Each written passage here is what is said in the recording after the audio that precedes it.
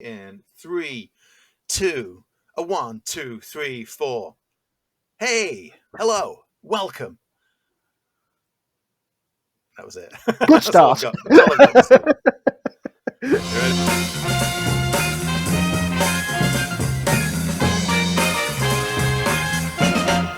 Hi and welcome. I'm Lee Ford, and of course you are. I'm here. I'm Andy Meakin. Hello, Andy Meakin. How are you? In a lot more of an optimistic frame of mind this week. Last week, as you can know from either listening to the podcast or seeing the video bit that I did on YouTube, which was a compilation of some of the highlights, I was a bit ranty last week. You use the word highlights. I don't. Fresh air. And talking of breath of fresh air, on this week's show, something in the air. That is our deep dive for this week, which will be Richard Donner's cut of Superman 2. You're gonna have to cut that pause. It was too long a pause. I was caught up in Funko Pop Super Bop. I mean, on the subject of Superman. What else are we talking about? Original cinema program. Wow, I've got that somewhere. And I do have that somewhere. Special memorabilia newspaper. Oh, I love me Superman Not stuff. any newspaper, the Daily Planet. Without any further ado, we have got the news. Yes, our man on the other side of the mic, Mr. Andy Meakin, the Daily Planet reporter himself, has been scouring the internet to find you all the latest information because, well, he does it so you don't have to. In this sequence we call the news.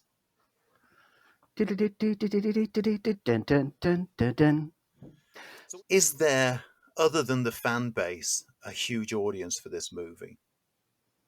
I'm not convinced. I know there's a lot of buzz online, and I've been hinting at this whenever people says, well, look how many tweets there've been relating to the Zack Snyder Cut. Look how much activity there's been. Yeah, remember Snakes on a Plane? Yeah, exactly my point. That was all over the internet. It was a huge phenomenon. Everyone was looking forward to it, and then it bombed and it flopped. I genuinely you look on Twitter, it seems like there's a huge market for Zack Snyder's Justice League. You look on other social media like Facebook, and whenever it's brought up, you just get people saying, we've already seen this film 3 years ago. Who wants to watch a longer version of that rubbish film? So the general audience don't get it. So it is just for the fan base. Have they spent too much in doing it? We don't know. We won't know until it releases. It might be one of them that when it releases, all of a sudden a lot of people get more interested in it and check it out. But it's like we said a few weeks ago that the marketing doesn't seem to be suggesting it's a different film. They've not been really playing on it until this latest trailer when they suddenly went, Joker's in there. Unfortunately, it's the Joker that the general public didn't like, so it's not really helped sell it. But they need to convince the general public that this is not the film that they've already seen, and this is the film that they were supposed to have seen, as opposed to that bad movie. Yeah, interesting. I mean, talking about other pieces of casting, we go back to DC now. Black Adam has added Marwan Kenzari to the cast. I don't know who he's playing at this stage, but you do remember him. He was the villain in Guy Ritchie's Aladdin from last year. Or was it the year before? Yeah. Do we still count 2020 as a year, or is it like a long vacation?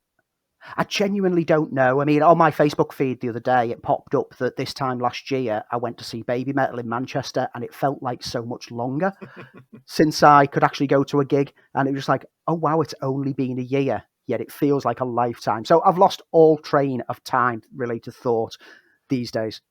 And other casting news as well, which I'll let you talk about, is the casting of Supergirl in the Flash movie. Yes, Sasha Calle has been cast as Supergirl in the Flash movie, and I know nothing about her. No. And I think that pretty much rounds up this week's news. The news.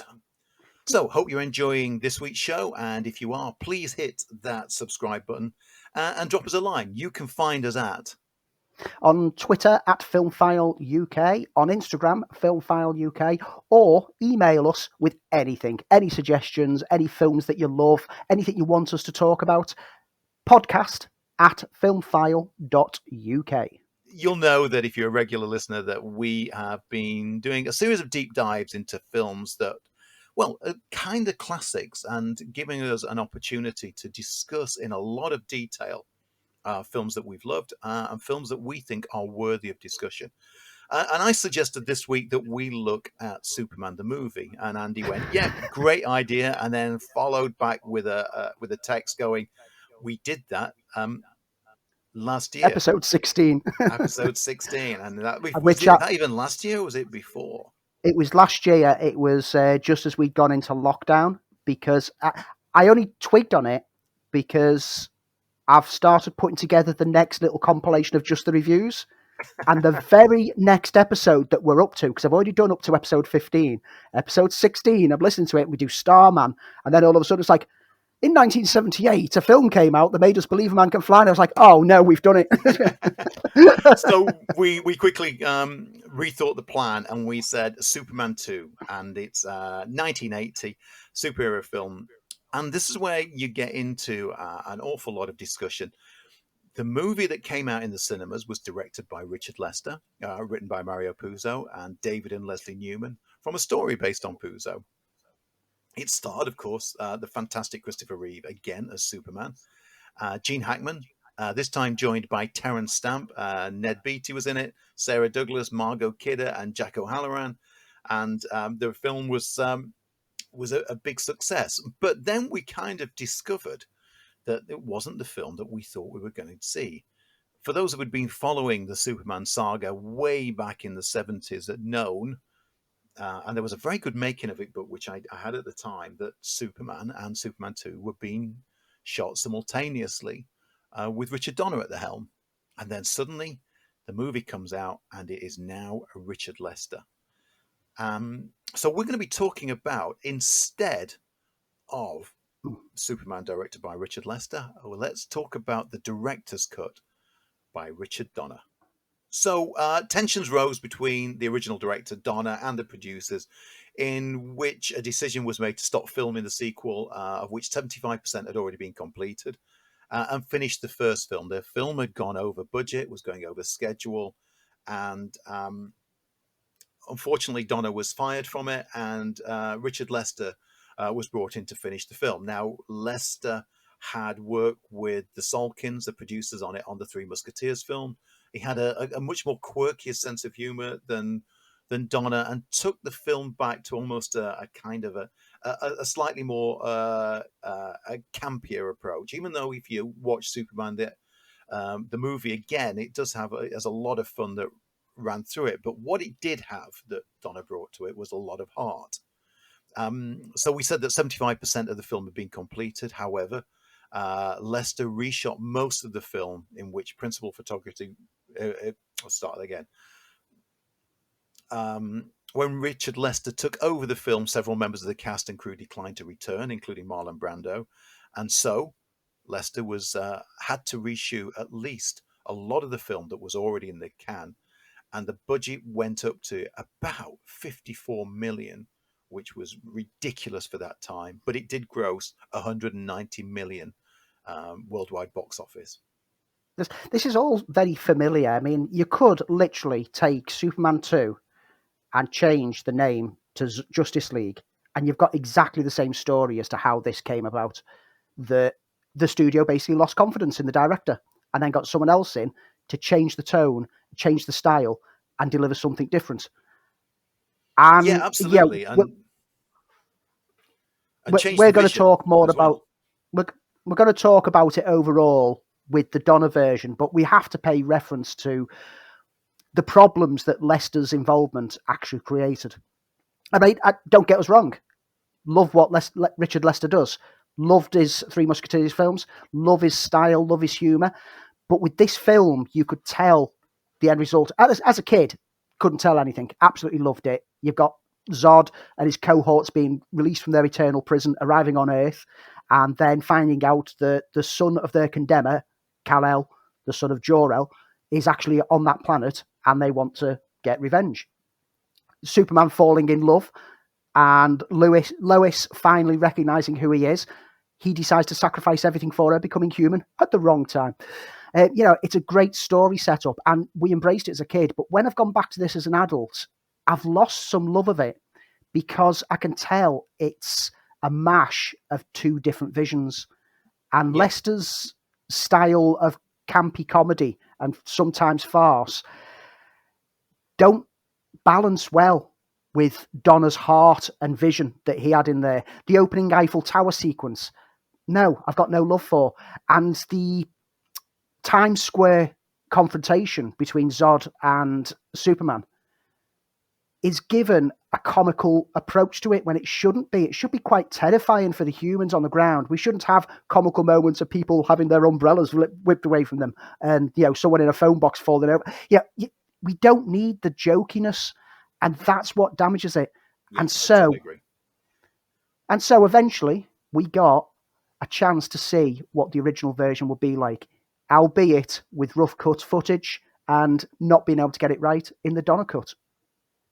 Yeah, so the Donner cut came out in 2006, so it was a re-edit that stuck pretty closely to the original script that they were working to. Now, they did have to include a couple of shots that Lester had shot just to keep the continuity going, but there's a lot of scenes, and it plays out as a really a very, very different film. It remains, for me, the true follow-up to Superman the movie.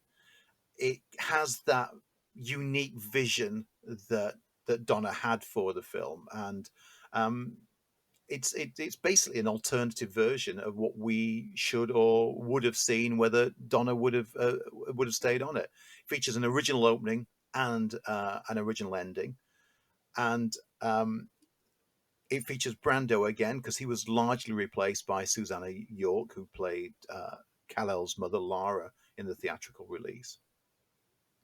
So there are certain scenes which had to be newly created, and they were done. And this is probably my only bugbear with the Donner cut. They were done in kind of the style of the film from that era, and I think that they could, and especially now how seamless CGI can be added into a film. And we saw that. If you ever remember the Star Trek: The Motion Picture Director's Cut, yes, it could be seamlessly added to it, including having to use an early screen test of one of the pivotal scenes that featured Christopher Reeve and Margot Kidder. And it was Donner never properly shot this.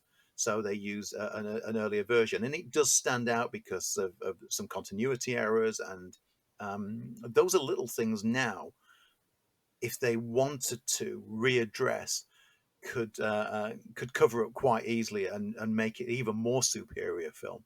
But I've got a lot of love for it. It captures ultimately the heart of what Superman the movie was all about, which was Donner's vision of it. And having watched Superman the movie again in the last few weeks, boy, I just love it. And I've got to catch up with it. I've got to catch up with Superman 2, the Donner cut, because that will always be my go-to now of Superman 2. Yeah, I think, like I said, when we were kids and we saw Superman 2 at the cinema, you didn't notice all the flaws. It's only as you get older that you spot the problems. And I think that, the kids will appreciate Superman 2 a lot more than what the adults will. However, because of it's like you say, it's using test footage, it's using like rough cuts, etc., to fill in the gaps. People who aren't immersed into film love might not quite get it as well because it does look rough around the edges. It would be great to see, like you say, given some money to polish up these days, do like what we've seen with Blade Runner, where it's got about 400 different cuts. Yeah. Let's get a final cut of Superman. Let's start that hashtag campaign. Hashtag re-release the Donner cut. But no, overall though, Superman 2 builds on the framework that the first film gave us. The first film was a cracking origin story. It's the origin story to define what origin stories should be. And then Superman 2 went, and now you get villains who can actually hold a fight against him. And Zod is perfect. Terence Stamp, even in the theatrical version, there's no taking away from Terence Stamp's performance throughout that. He is iconic. His whole kneel before Zod line, I remember quoting it in the playgrounds. Everyone was always like beating someone to the ground and saying, kneel before me. I didn't do that kind of thing. I'm not that kind of person. But it's a charming story, but then you've got the solid heart, the Lois and Clark relationship, which works so well, once again, thanks to the chemistry of Christopher Reeve and Margot Kidder, who were absolutely perfect together. I'll always choose the Donna cut myself over the theatrical to go back to. And due to the story changes that were made, some moments don't quite match up. The time reversal finale we'd already seen at the end of the first film because it was shoehorned in at the end of the first film when they realised they weren't going to let Donna continue all the way through. It was supposed to be he rewinds time. Hey? What'd you say? I'll let you. Sorry, I was going to say the original ending was supposed to be a cliffhanger, wasn't it? Yeah, it was supposed to be that when it comes to the rewinding of the time was going to be at the end of the second film, and it rewinds to events of the first film to undo everything that took place. Even though a load of people think that it's him spinning the earth backwards, it's not. It's rewinding time. It's just visually shown like that. Please stop annoying me on this subject. But yeah, I've got a lot of love for it. I'll let you wrap up on Superman 2 before we mention where the franchise went afterwards. Yeah, I was going to say that the original ending, and this is what we'd all been led to believe for those of us who were following it in the magazines at the time, that Superman was going to end on a cliffhanger, and that cliffhanger was going to be the release of the villains. And as you said, they tied it up. They brought the ending from the second film, brought it forward, which works beautifully, and it shows the power of Superman. So you needed the villains to be able to knock him down. And the hardest thing about Superman is the fact that he's impenetrable. Um, but what his weakness is not kryptonite. It's his human side, his humanity, his love for Lois, and that's what made it such a beautiful film and gave it heart. And that was going to be continued throughout Donna's original vision of Superman 2. Now it's in there because it was in the script.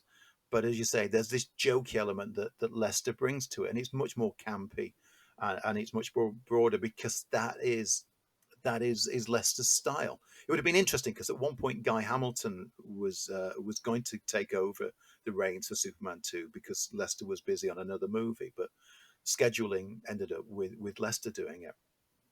So I still think there's room for, as you said, uh, a kind of ultimate cut of the Donna cut and embracing that all the elements that we can now bring to it with a whole fantastic use of modern effects, which when this came out in 2006 have changed considerably. So even things like changing the glasses can work so much better. So, Yes. as I said, this is probably for where we are now the definitive Superman 2. When I go back to work, I don't know how I'm going to cope. I'm interested in to know what that first film will be that we'll get to see. So Yeah. before we go, hey, taking on a challenge is a lot like riding a horse. If you're comfortable while you're doing it, you're probably doing it wrong.